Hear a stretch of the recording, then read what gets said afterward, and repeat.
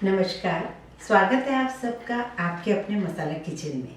आज हम बनाएंगे मंगोड़े जो कि मकर संक्रांति पे बनते हैं। वैसे तो मंगोड़े कभी भी खाए जा सकते हैं क्योंकि बहुत ही क्रिस्पी, बहुत ही करारे चाय के साथ ठंड में, बारिश में खाए जाते हैं, पर खास हमारे यहाँ तो इसे मकर संक्रांति पे जरूर बनाया जाता है। मंगोड़े को बनाने के लिए हमें हरी दाल चाहिए होती है, मूंग की हरी दाल जो छिलके वाली होती है वो चाहिए होती है। मैंने 1 कटोरी मूंग की दाल जो है इसे भिगा दिया है करीब 4 से 5 घंटे के लिए।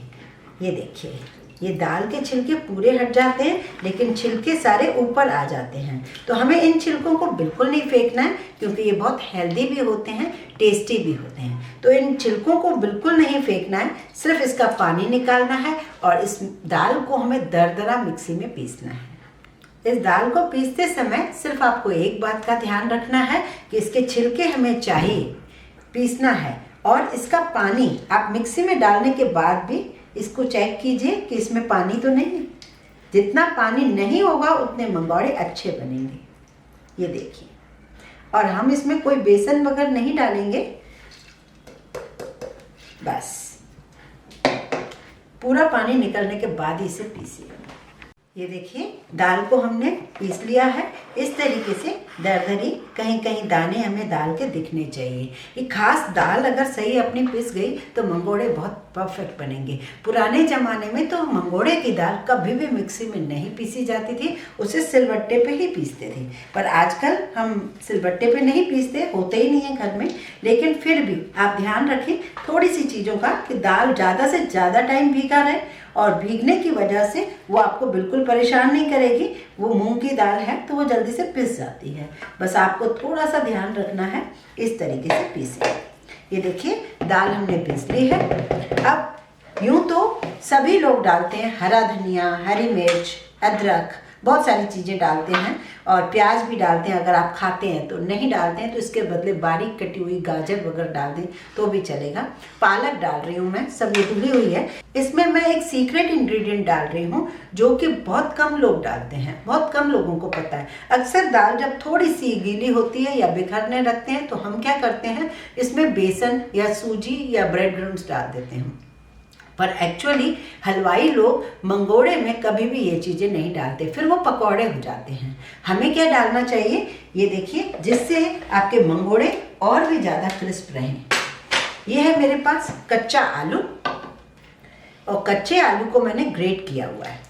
तो ये डालने से, ये बिल्कुल ऐसे निचोड़ के डाल दीजिए।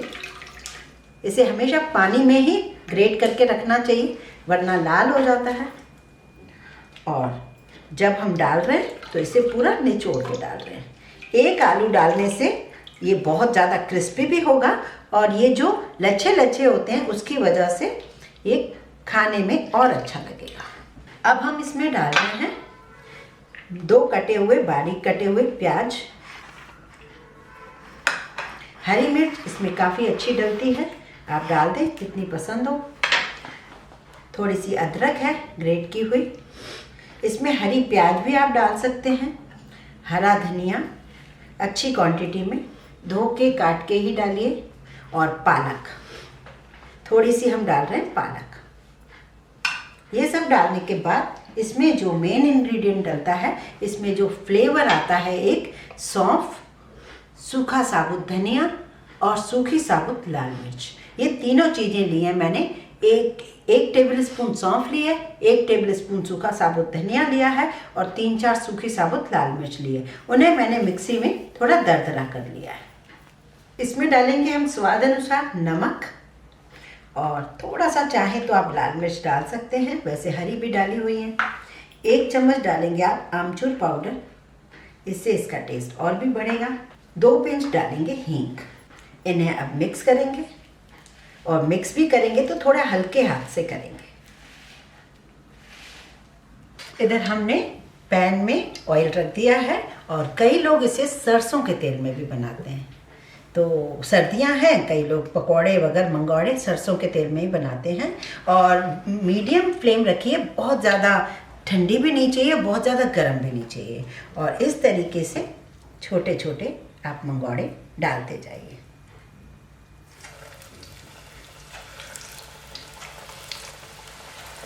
और इसे बहुत जल्दी कुछ भी करछी वगैरह ना चलाइए, इसे थोड़ा सा पकने दीजिए वरना बिखर जाते हैं। ये देखिए अब ये टूटे बिल्कुल नहीं है ना, इसलिए क्योंकि हमने बहुत सारा ध्यान दिया इसके ऊपर कि हमें क्या करना चाहिए क्या नहीं करना चाहिए। ये सारी परेशानियां बिगनर्स को बहुत आती हैं, तो ये खास उन लोगों के लिए जो नहीं बना पाते। अगर आपके यहाँ कोई आने वाले हैं और आप चाह रहे हैं कि ये जो है मंगोड़े हमें गरम गरम सर्व करना है, तो इस कंडीशन में आप निकाल लीजिए और फिर बाद में जब आप फ्राई करेंगे तो तेज़ आंच पे एक बार फ्राई कर लीजिए। कई लोग इसमें ऑयल भी डालते हैं, अंदर से डालते हैं क्योंकि वो ड्राई ना हो, पर हमने जो आलू डाला है ना तो बिल्कुल अंदर से ड्राई नहीं होंगे और ऊपर से ये क्रिस्पी बने रहेंगे। ये देखिए कितना बढ़िया कलर आ रहा है। अभी इसे और थोड़ा कलर आने दीजिए।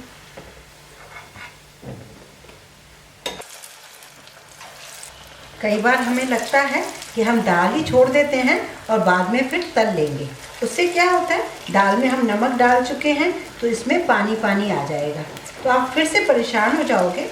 तो जब कभी आपको बाद में भी चाहिए अभी भी चाहिए तो आप अधकच्चे तल के रख लीजिए, वो ज़्यादा अच्छा है।